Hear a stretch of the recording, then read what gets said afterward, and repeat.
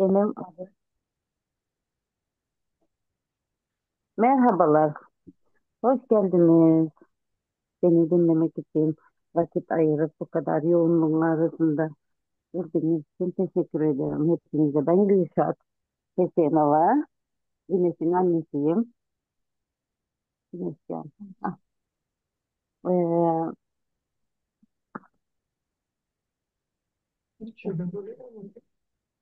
doğru, doğru, doğru, doğru. Eee, Ben 44 yaşındayım. Bu işe, şimdiki başladığım işe, hani ilk iş olarak başladığım iş aslında ana iş olarak yapıyorum ben şu an. Evde oturduğum için, iki tane çocuğum olduğu için ana iş olarak yapıyorum. Çünkü ne için? E, Daha sağlıklı beslenmem için, daha sağlıklı hayata devam edebilmem için, çocuklarım için aslında bu işin iş planından ötürü ben sağlık açısından daha çok hoşuma gittiği için bunun ürünleri olsun, yani %100 tüketiciyiz diyebiliriz bu ülkenin. Bizim çok hoşumuza gitti. Mesela ben çok zorluk çekiyordum. Oğluma bir şey içirmekte, yedirmekte. Bütün gün hiçbir şey yediremiyorum çocuğa. Yedirmemekte zorluk çektiğim için bunda çözüm buldum ve bununla çok muhteşem bir sonuçlar alıyorum. Çok şükür. Bu hizmete inşallah alıştırmayı düşünüyorum. Hayırlısıyla o da abisinden gördüğü gibi giyip yemeyi öğreniyor. Şimdi bu nasıl bir iş diye sorarsanız bu güzel bir gelirle aslında tatil hayallerinizi kurabileceğiniz güzel bu yaştan sonra ne iş yapabilirim dediğinizde çok güzel yapabileceğiniz güzel bir aslında hayal kurup başlamamız gereken bir işin içindeyiz. Güzel bir hayal kuracaksınız. İşte çocuğunuz olunca çocuğun hayallerini kuruyorsunuz. Kendinizi gezmek istiyorsunuz. Artık hepimiz de biliyorsunuz bu Türkiye'ye çalışmaya geldik. Çalıştıktan sonra 2 sene çalışıp evimize gideceğiz diye geldik. Daha 17 senedir buradayız valla. Şimdi aslında hiç hayal etmeyi bilmiyordum ben. Hani buradan gidince yaşlanınca hayal nedir yani? Küçük vaktimizde, küçüklüğümüzde, büyüdüğümüzde ne olacak deyince doktor olacağız diye tutma oğlumlarımıza. Artık hangi doktor olduk bilmiyorum. Temizliğin doktoru olduk, temizliğin ustası olduk. Onun haricinde ne olsun şartlarımız gereken zaten öyle bir çalışmak gerekiyordu. Ondan, o yüzden çalıştık öyle. Hayallerimi kurmak için bu bilgilerini tanıştıktan sonra, bu bilgileri tanıştıktan sonra hayal kurmaya başladım. Zaten ben evet oğlum olduktan sonra e, bir Ahmet'in bir değişik bir şeyi vardı. Konuşma başlaması vardı. No, e, biberlere, piper, miper, domatese, domata, bunun gibi İngilizce konuşarak başladığı için bir şey dediğimizde no, no, no diye dilaştığı için İngilizce konuşuyordu. Ben de sürekli Harvard Üniversitesi'ne göndereceğim bunu diye. Onu şakadan söylüyorsun. Sonradan hayal etmeye başladım. Neden olmasın dedim. Hani e, bu gerçekten de Ahmet'in işte matematiği birazcık güzel oldu. İngilizceden daha çok yoğun üstünde oturup çalışmaya başladı. Kendi kendini eğitti çocuk. Ben öğretmiyordum çünkü ben ne anlıyorum İngilizceden. Ondan sonra iş çalışıyordum zaten. Çalışınca çocuğum bütün gün tabletle, telefonuyla otura kendini eğitmiş. Yani Gep'in kısası bu hayal meselesi gerçekten çok güzel bir şeymiş.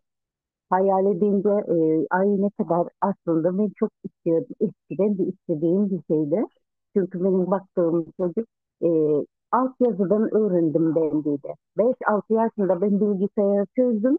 Ve yani şaşırmıştım onun bilgisayar kullanmasına, telefon kullanmasına şaşırıyordum. Ondan sonra İngilizceyi nasıl anlıyorsun dediğimde orada da İngilizce konuşuyor da arada oğlanlarla oynarken. İngilizce konuştuğu zaman da "Nasıl bunların çocuklar çok zekiler, neden İngilizce çok güzel konuşuyorlar, akıcı konuşuyorlar" diye çok şaşırıyordum. Ondan sonra şaşırmaya gerek yokmuş aslında. Hayal etmişim Hatay'da da benim çocuğum İngilizce konuşsa ne kadar güzel olur diye. Hayal etmişim aslında orada.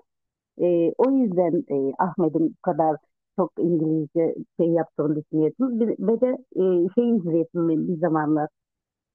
İşte diyeyim ya hani İngiliz kino zaten izlediğim zaman bazıları teravotsuz oluyor. O yüzden İngilizce dilini anlayamam diye şey yapayım ya. İngilizce anlamayan aslında da onları anlamaya çalışaraktan dinliyorsun. Bazı şeyleri mesela Druzya diye bir film vardı. Hatırlıyorsanız eskiden bizim bu çocukluk okul zamanımızda izlediğimiz bir Druzya şey yabancı film diziydi. Çok komedi bir diziydi. Romantik komedi bir diziydi. Her gün izleyip bunu. E, Sonra keyifsiz izleyetim ben. Altyazılı izleyetim. Ama onları gülse gülüyetim. İşte anlamasam da onları gülse gülüyetim. Gülmeseler değişik bakışlarına bile gülüp izleyetim yani. Altyazılarını okumaktan dizi izlemiyordum ya zaten. Çok heves ediyordum aslında ben İngilizce konuşan birisi olsa etrafında yabancı konuşsun diye. Heves ettiğim gibi çocuğum yabancı konuşmaya başladı çok şükür. O yüzden Harvard Üniversitesi'nde hala istiyorum. İnşallah büyüdüğü zaman Harvard'larda okar diye düşünüyorum. Yani şu arzularımızı ilk olarak hangi işe başlasak başlar verelim. Bir şeyin arzunu etmeden e, ona ulaşabileceğimiz mümkün değil yani. Mutlaka o içimizde bir kıvılcımı yakmamız gerekiyor. Arzu kıvılcımı yakmamız gerekiyor. O ışık zaten sen her gün onu hayal ettikçe kendini büyütüyormuşsun işte. Böyle olar, öyle olar diye arzu ettikçe zaten arzuların, hayallerin güçlenip gidiyor. Çok şükür bunu da sizlerin sayenizde bunu daha çok düşündürmeye başladım. Artık da olumlu düşünmeye başladım. Hayallerimi daha çok güzel, pozitif anlamında ay yok olmaz ya böyle bir şey nereden olsun diye hiç söylemiyorum ben mesela. Nasıl olacak ya? Olacak her türlü de olacak işte. İnsan hayal ettiği her şeye kavuşurmuş zaten. Ne diyorlar? Allah hayal ettirmezmiş kavuşmayacağım bir şeye. Kavuşacağız inşallah hep beraber. Güzel arzularımız, hayallerimizi kurduktan sonra yani işte e, her işe başladığımızda da biliyorsunuz bu işe başladığımızda bir şey alacağım. Ee, Ya bu ay böyle bir şey yapacağım diye bir maksatla başlıyor işimize. Hani o hayal etmeden de olmuyor. O yüzden hem işimize yani bu hedefimizi, büyük hayalimizi bulmamız lazım bu işe başlamamız için. Ve buna gerçekten istiyor muyuz, istemiyor muyuz? Onu çözebilmemiz gerekiyor aslında. Bu işin küçük püf noktası buymuş yani. Onu gerçekten istediğimiz zaman tuttuğumuzu koparıyası yerden yakın taşı bile yukarıya kalktığımızda alıp kalkıyoruz diye. Aslında bunu istemek çok önemli bir şey. Peki biz hayal ettikten sonra ne yapıyoruz? Hayallerimizi evet biz hayallerimizi ettik, yazdık defterimize. Her akşam hatta yazıyorum. Yarım saat yatmadan önce diyor. İşte hayaller beyninize diye uygulayın şu hayallerinizi diye şey yapsın diye. E, Beyninize diye hatırlatın diye. Siz uykuya gittiğiniz zamanda diye uykuda bile diye çok beyniniz size diye çok yönü doğru diye çalıştırsın diye.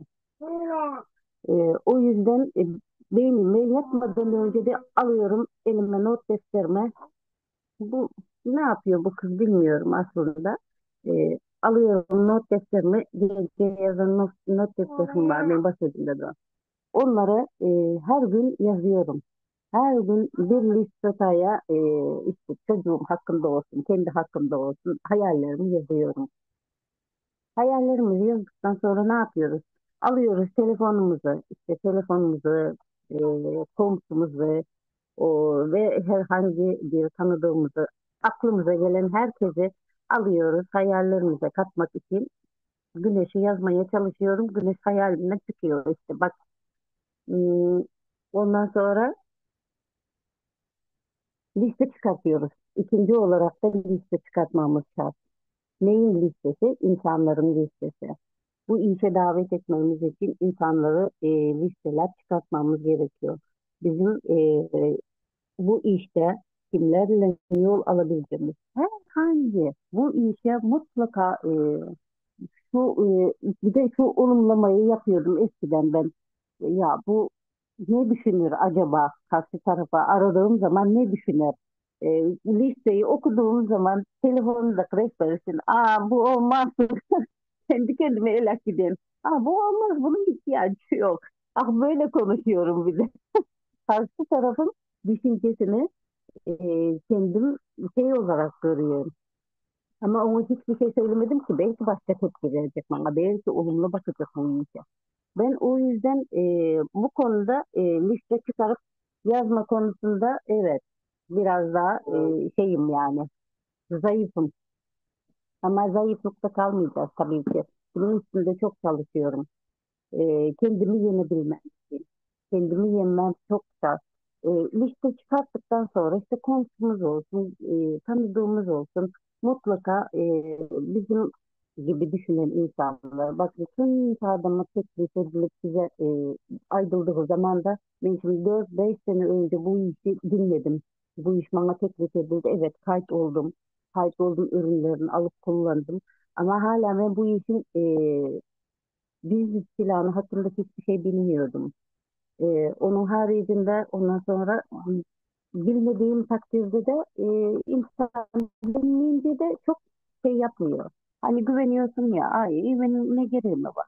Artık gerek yok, benim işte evlendim, başladım, kocam bakacak, şey bakacak. Neden biz kendimiz ayaklarımız üzerinde durmayalım?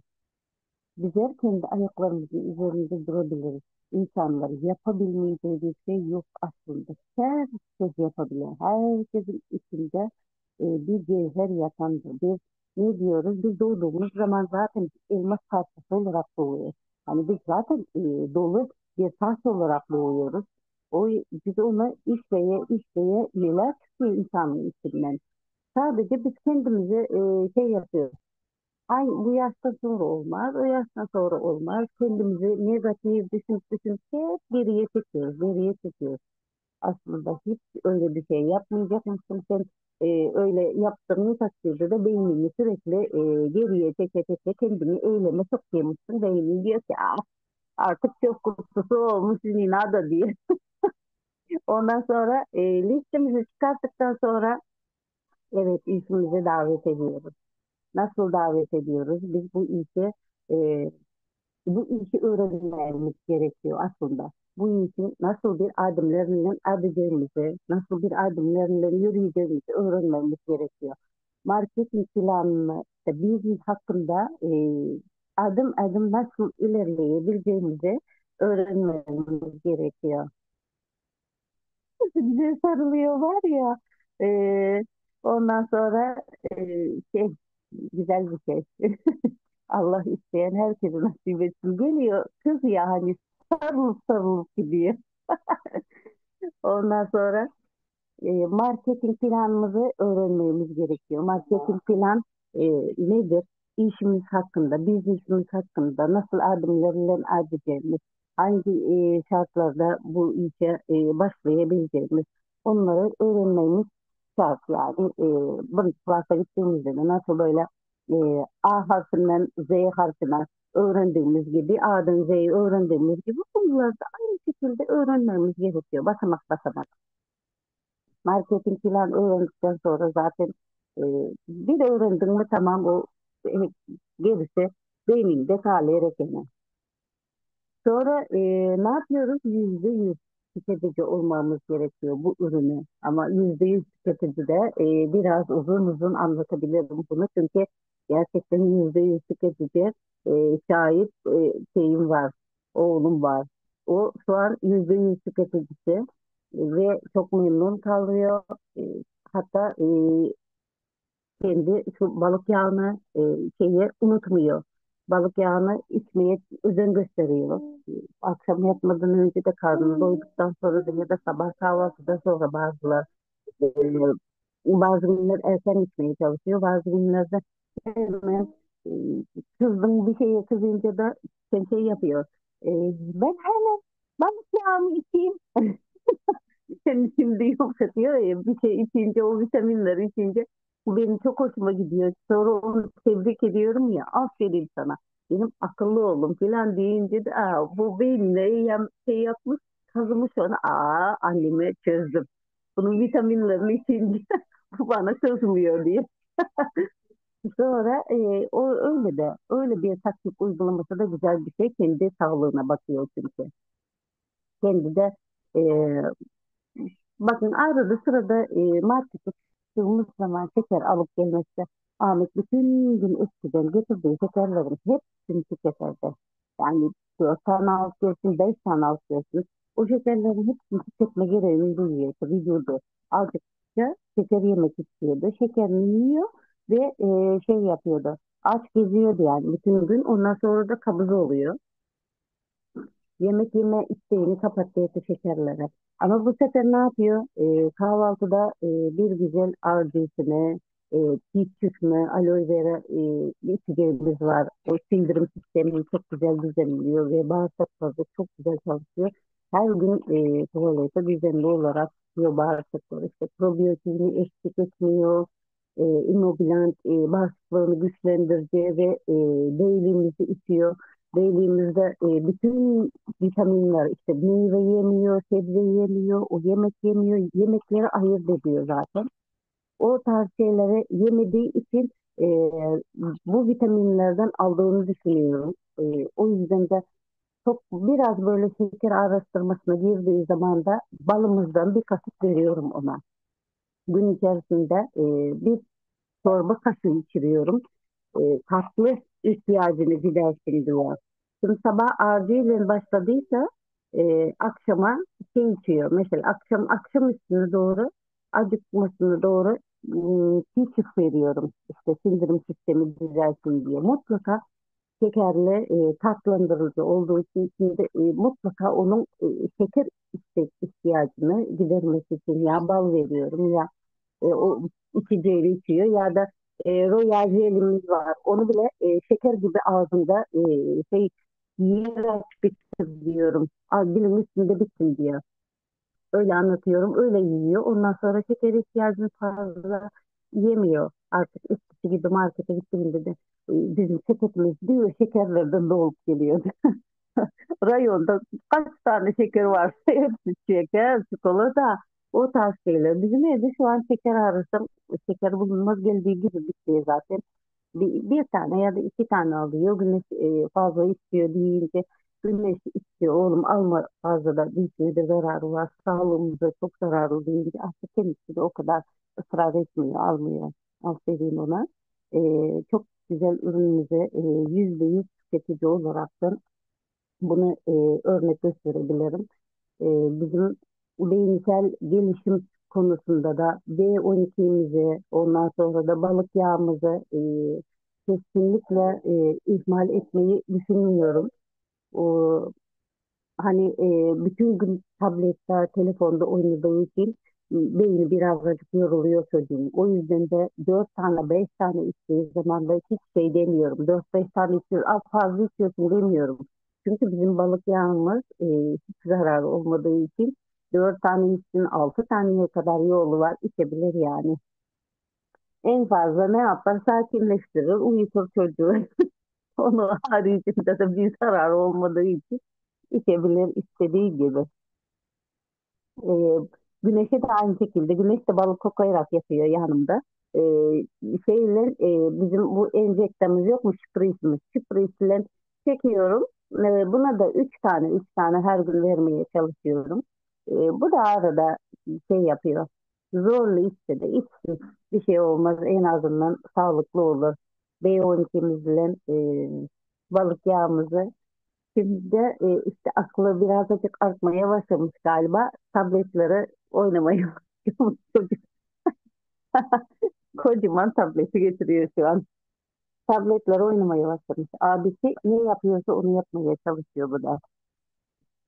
Evet, biz %100 tüketici olduğumuz zaman ne yapıyoruz? Bakın dolu dolu anlatabiliyorum ya. Hani benden bir şey sorduğu zaman kullandığım ürünleri her türlü işte Güneş'e bebekliğinden başladım zaten, biliyorsunuz her şeyin, başka bir en ünlü bir markanın şeyini bile alıp kullanıp gördüm. E, Sabununu, şampuanını alıp kullanıp gördüm. Ama Güneş'in egzaması vardı. Doktor egzama krem verdi Güneş'e. Yüzleri falan çok kırmızı olup kötü olmaya başladı. Ondan sonra egzama krem verdi. 5 gün kullanıldıydı. 5 gün bizim 5 günde geçmedi ki bizim. Egzama krem 5 gün geçirmedi ki. Ama devamını ben sürekli bizim propolisimiz, aloe vera jelimizle karıştırarak her akşam onu sürüyoruz ki cildi çok güzel düzeldi. Yani o egzama bir kere de bitmeyen bir şey değil aslında. Bizim bu şeyden Güneş bu propolis mevzusunda da çok iyi getirdi bunun her yerine. Yüzleri falan kızarıyor, şey yaptı. Hiç alakası bile yok. Sırtı kızarsın. Bir yerinde bir kızarık olunca propolisten birazcık sürdüğümüz zaman hemen geçiriyor. O yüzden de hani ürünü biz gerçekten de bir de sabununu kullanıyordum. Sabununu şampuan olarak kullanıyordum. Vücut sabunu olarak kullanıyordum. Vücudumda kızarıklık asla olmadı. Güneşlik olmadı. E, Ondan sonra güneşte ne olmadı? Şu egzamamızı geçirdik. Bizim yüzümüz biliyorsunuz, hatırlıyorsunuz. Şuraları çok kötüydü. Böyle irinlemiş gibi bir şey yapmışlar. Onun haricinde de ben çok memnunum zaten. Güneşte sabununu kullanıyordum. Propolisimiz hala bizim krem sepetimizin içinde. Bir şey olursa hemen bir yerine sürürüm diye şey yapıyorum. Çok şükür artık öyle bir şeyimiz de yok, sıkıntımız yok. Yani %100 tüketici, bebeklikten başladık hatta biz buna. Bebeklikten %100 tüketici olmaya başladık güneşimize de. Oğluma da aynı şekilde çok güzel tüketiyorum. Ben kendim de karşımı kullanıyorum. Olsun, ben her gün kendim hiçbir şey yemeden bu ürünleri kullanacağım. Yani onun haricinde %100 tüketici olduğumuz zaman insanlara gönül rahatlığıyla tükettiğimiz ürün hakkında rapor verebileceğiz. Hani istediği insan ürününüz hakkında ne söyleyebilirsiniz, içeriğini bize anlatır mısınız dediği zaman işte mutlaka eskiden de benim şimdi kozmetik ürün almaya gittiğinizi düşünün ya da şampuan, sabun almaya gittiğinizi düşünün bir markete, içeriğini mutlaka bilmek istiyorsunuz. Acaba saçımı ne yapacak, saçımı kaşıntı mı yapacak, saçımı dökecek mi bu şampuan diye mutlaka içeriğini bilmek istiyorsunuz. O yüzden de biz e, orada okuyarak vaktimizi harcamamıza gerek yok. Mutlaka biz ürünümüzü kullandığımız zaman insanlara rahatlıkla e, ağzımızı dolduraraktan söyleyebiliyoruz. Çok şükür. Ve devam edeceğiz ürünü kullanmaya. İnşallah. Ürünümüzü %100 tüketici e, olduktan sonra bu işi nasıl yürütebiliriz? Daha da nasıl olunur bu işler? Bu işi yürütebilmemizin %100 tüketici olup kendi işimizin, kendimiz reklamını yapabildikten sonra mutlaka duracağımızı düşünmüyorum. Ben daha yeni başladım bu işe. Bir sene bile olmadı benim karar verdiğim, ama bu işin içeriğine o kadar adapte oluyorum ki her gün bir şey öğreniyorsun. Aynı şeyler tekrarlasa dahi her gün bir şey öğrenmeye çalışıyorsun bu iş hakkında. O kadar geniş bir yelpazeye sahip ki e, öğrendikçe insan öğreniyorsun, kenara gitmezsiniz. E, Ondan sonra işte vakit buldukça, ısınlardan vakit buldukça vaktimi ayırdıkça zaten e, güzel bir şekilde bu iş hakkında öğrenip bu işi daha da ileriye götürmeyi düşünüyorum. İnsanlara daha güzel anlatabileyim. Aslında bizim kendimizi çözmemiz gerekiyor. Bu işe başlamadan bu işe evet öğrenmemiz kolay. Hepimiz kolay. Ben bu yaştan sonra öğrenebilmez miyiz diye düşünüyorsun. Ama kolaymış öğrenmemiz. Öğrenebileceğimiz bir şeyler. Yani biz şey değiliz ki ne diyorlar? Kafamız, beyin yenilenip durduk sürece sen de yeni yeni bir şeyler ekleyip durdukça beyin zaten e, her şeyi kabul edip öğreniyormuşsun. Ama benim beynim almıyor. Bu yaştan sonra bu kafam basmıyor diyoruz ya. Yok öyle bir şey değilmiş. Aslında her şey öğrenmenin yaşı yok. 70 yaşta oğlum, ister 80 yaşta oğlum. Her gün yapmak istersek yapabiliriz yani. Bırak e, yapabiliriz yani bu işleri. Bak, hı, tamam. Tamam. E, bu eğitim bir şey yok ki. Bir şey yok. Tamam tamam gel. Gel. Kendimizi geliştirmekle başlıyoruz. Kendimizi geliştirmek o kadar önemli bir şey ki. Yani her şeye sakin kalabilmen gerekiyor. Ağlayan çocuğumuz olabilir de sinirlenmiyorsun. Çok sakin. Evet. Ama Güneş çok ayıp böyle yapma Güneş diyor. Ondan sonra bakın böyle bir tamam haklısın kızım benim. Hı, abisi bunu bir şeyler yapıp gitti. Çocuğu çoktu gitti. E, ondan sonra rahatlıkla kendimizi geliştirmemiz çok önemli bir şey. Bakın yedinci adım. Eskiden ben hemen o kadar çabuk sinirlenirdim, o kadar çabuk tepki. Şu an düşünme bir şans veriyorum kendime. Neden? Karşı taraf bir şey konuştuğu zaman da e, dinliyorum, evet dinliyorum ama birazcık da kendi düşüncemi, onun tarafından da düşünme şansı veriyorum. Aa, evet bu böyle düşünme neden, ne sebep oldu acaba bunun böyle düşünmesine diye öyle bir kendimi geliştirme. Ben sabah kalktığım zaman olumlamalarla uyanıyorum. Tüm güzel şeyler beni bulsun. Şükürler olsun. Şükür etmeye başladım eskiden. Çocuk ağlayıp uyanınca aman yeni mi anlıyorsun ya uyamıyorsun demiyorum. Yine de güzel güne başladı bunları. Uyandırayım aslında güzel gülerekten, şaka yaparaktan gıdıklaya, dıgıl dıgıl diye uyanıyoruz. İkisini de öperek güzel bir, keyifli bir sabaha uyanıyoruz ikisi de. Çok mutlu oluyorlar sonra. Mutlu olduğu zaman da sen de mutlu oluyorsun otomatikman. Boş boş bunlar ağlamıyorlar. Bir de keyifli keyifli oyuncak odaya geçiyorlar. Sonra salona yavaş yavaş yürüyerek zaryatkamızda yaparaktan çıkıyoruz. Aynen bakıp zaryatka yapınca zaten güneş de yanımda senin zaryatka yapmana hazır. Her daim nereye gitsen hazır. E, sen ne yapıyorsan onu görmene şey yapıyor, özen gösteriyor. Sen tabii ki sinirli, agresif biri olursam o da aynı şekilde tepki verecek. Güzel davrandıkça bu da aynı şekilde şey yapıyor işte.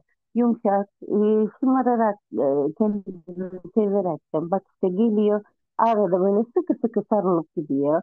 Sevdiğini ifade ediyor öyle olunca da.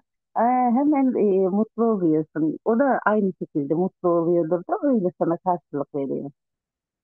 O yüzden şükürler olsun. Her şeye şükür etmeye başladım. Kendime görmeye başladım. Aynaya baktığım zaman doğru olsam da ben ne kadar zayıflamışım bugün diye aynaya bakıyorum. Aa bugün gitmiş göbeğim diye sabah kalktığımda çok güzelim ya diye kendi kendime kazıyorum. Çay içmeye gidiyorum.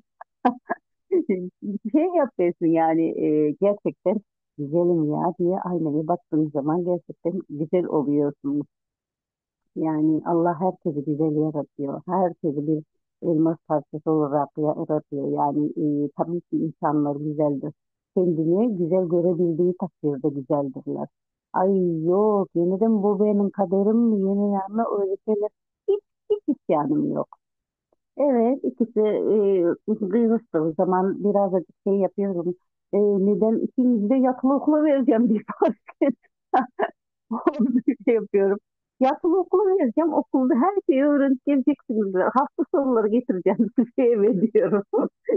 Öyle bir benim bir özgürleşmeye ihtiyacım var diye bunlara arada kızıyorum. İkisi de sus sus oturuyorlar ondan sonra.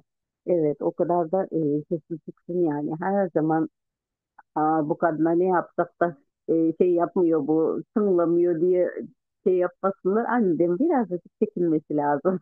İkisinin de. Kimsin sesi çıkmıyorlar, boş boş bağırıyorlar sana. Yani öyle güzel bir şekilde onu düşünüyorum. E, Ama etrafın da çok önemli bir şey gelişme konusunda. Etrafındaki, yanındaki insanlar çok önemli bir şey. Pozitif bir şey alman lazım. Etrafından da güzel bir şey görmen lazım. Mesela haber görüp oturmayın yani. Eskiden çok televizyon dizilere çok takılırdım.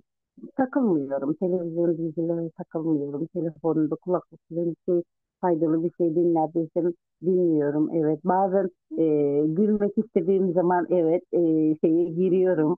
E, Sosyal medyaya giriyorum. Gülme ihtiyacını duyduğum zaman komedi bir şeyler çıkıyor zaten. Benim sayfama girdiğim zaman ya komedi gülme bir şey çıkıyor ya da yemek çıkar benim önümden. Ona haricinde de haber mi ben zaten hiç izlemiyorum. Moralim bozmuyorum. İnsan kaderini kendi yazarmış. Kendin güzel bir şeyler düşündüğün zaman güzel bir şeyler olacak inşallah. Kendimi artık güzel bir yerlerde görüyorum. Hani şey de değilim yani. Hiç geri planda atmıyorum. Geri plana atmıyorum. Kendimi güzel geliştirerek sen ne kadar pozitif düşünüp olumlu şeyleri düşündüğünüz zaman karşı tarafa işte insanlara da yansıtıyorsunuz zaten senin enerjini alıyor. O insanlar senin enerjini aldığında evet seninle çalışmak isteyen insan çok olacak. Seninle seninle sohbet etmek isteyen insanlar olacak. Benim şu yan komşum eskiden biz birbirimizi tanımıyorduk. Ben daha çok agresiftim. Onları görünce de ay niye balkonuma çıktı burada çıkıyor diye şey yapıyordum. Ama ondan sonra özellikle çağırıyordu kadın.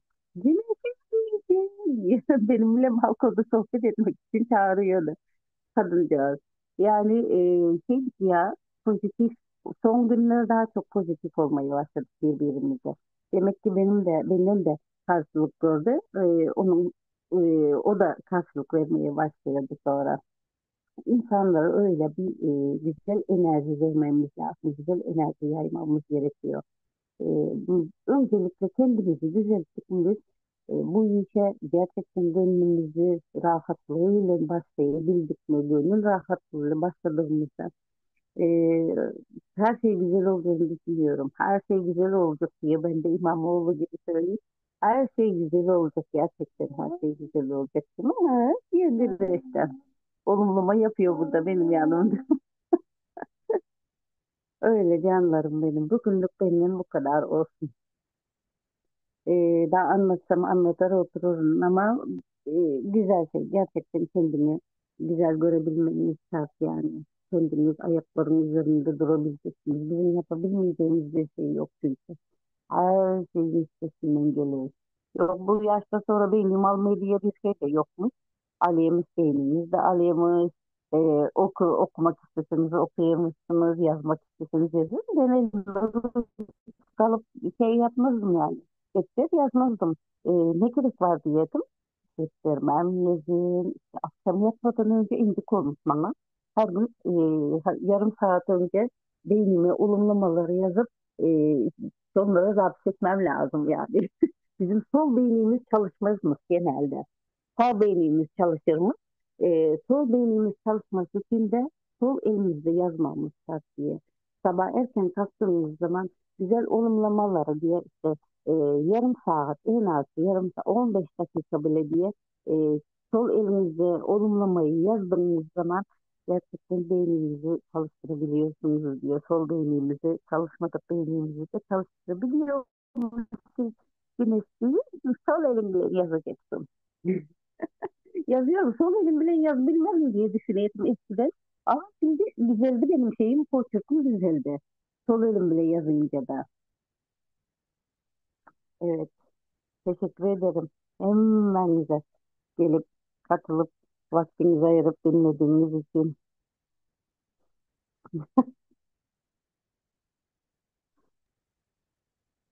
benim bugünlük bu kadar Teşekkür ederim arkadaşlar. canım. Ağzına Ben güzel, yüreğine sağlık. Muhteşem. Ağzıma çok sağlık sağ Kürşat. olun. O zaman ben zapisi kapatayım. Teşekkür ederiz. Uşak da sağ olun. Biz teşekkür ederiz Güneş'le dinlediğiniz için. Kıykılık mıykılık